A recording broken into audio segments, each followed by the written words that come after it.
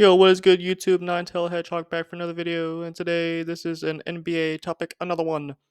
My 2-week upload streak continues. Yay! Does anyone care? I'm gonna say they don't. Anyways, let's talk about Joel Embiid, two-time scoring champion, won an MVP. He's been in the MVP conversation multiple times with Jokic. Now let's get into it. He's a great player, no doubt, but unfortunately, he's been unable to get past the second round, and in this case, the first round against the Knicks. Is all of it his fault? No. But part of it is his fault, though. I'm not gonna lie. Gotta hold him accountable. And he is not the Shaq of this generation. I don't know why people were calling him the Shaq of this generation. I never understood that in my life. He's a great player. Unfortunately, he just can't stay healthy. He's a great talent when healthy. And 2018, that's when the Sixers got back to the playoffs for the playoff run. Beat the Heat in 5 and then lost to the Celtics in 5, even though they didn't have their best players. But in 2019, I know Sixer fans do not want to talk about 2019. And to be fair, I do not blame them one bit. They lost in 7 off a Kawhi buzzer beater. Embiid was matching up against Marc Gasol. And he matched up against Al Horford when they played the Celtics in the playoffs.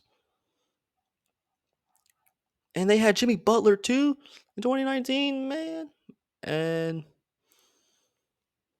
the coaches, Brett Brown, Doc Rivers, and now Nick Nurse.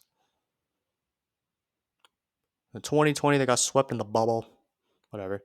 2021, which was their best shot at getting to the conference finals, folded. It was Trae Young's first playoff run. They had their shot. Blew double-digit leads against the Hawks in back-to-back games, game 4 and 5. And in game 7, they couldn't even get the job done when Trae Young wasn't playing the best. Embiid, he cooked in that series despite having a torn meniscus. Well, I believe he tore his meniscus against the Wizards.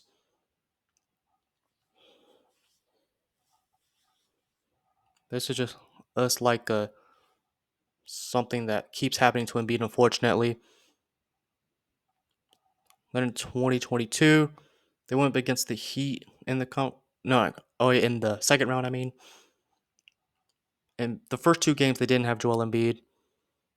And this time they had James Harden on that team. And they ended up losing that series. Then in 2023, this was probably their best shot to beat Boston and get to the conference finals. Couldn't do it. Especially in like game 6. Jason Tatum did not play the best and they still couldn't capitalize. In game 7, Embiid played awful in that series. Not in that series. I mean in that game. He did have some good games in that 2023 series against Boston, along with Harden, but the inconsistencies of him in the playoffs. Let's see. And then this year, Embiid, he did have some good games, but in game 4, the game was close against the Knicks. I think the Sixers were down 5 at one point. At that time, I think. Joel Embiid had a wide open mid-range shot. He didn't take it when the game was close. You can't be doing that. And he scored 1 point in the fourth quarter of a playoff game. That is unacceptable. Can't accept that. And if it wasn't for Tyrese Maxey in game 5, that series would have been over in 5. I don't know what to say. And Embiid, he did have some turnovers. I'm not going to lie. He did have turnovers in the Hawks series, but yeah.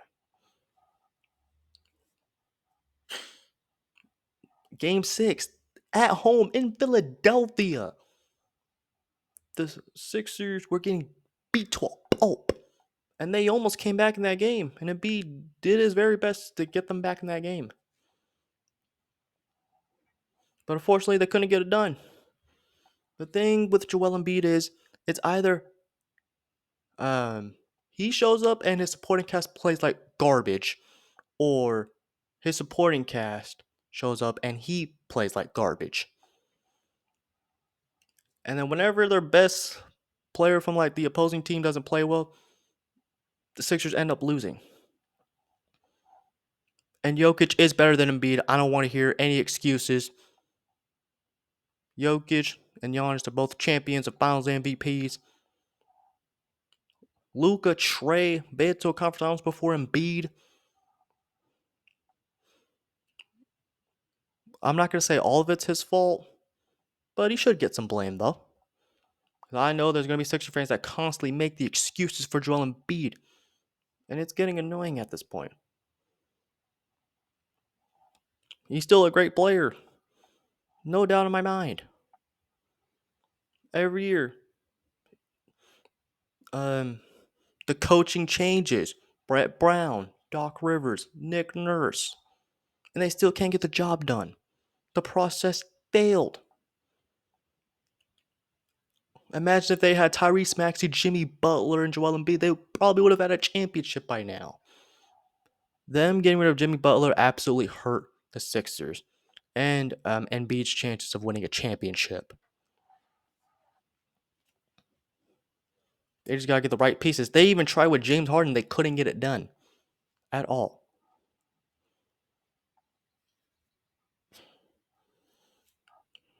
Like, I really don't know. When your best player is scoring 1 point in the fourth quarter of a playoff game, especially when the game is close, you probably deserve to lose that game. He got to step up, man. And his supporting cast has to step up too. I'm not going to say everyone's, I'm not going to say everyone's to blame, but blame should go around. I think Tobias Harris had a better game 7 than him. No, at the Celtics series, I mean. Overall, just Embiid, great player. You can say he's unlucky. Like, there's an argument for there. And if there's people that call Joel Embiid overrated, I wouldn't really have a problem with it. I know a lot of people get on him for constantly getting free throw attempts when there's like more other players that get as many free throw attempts, if not more than him.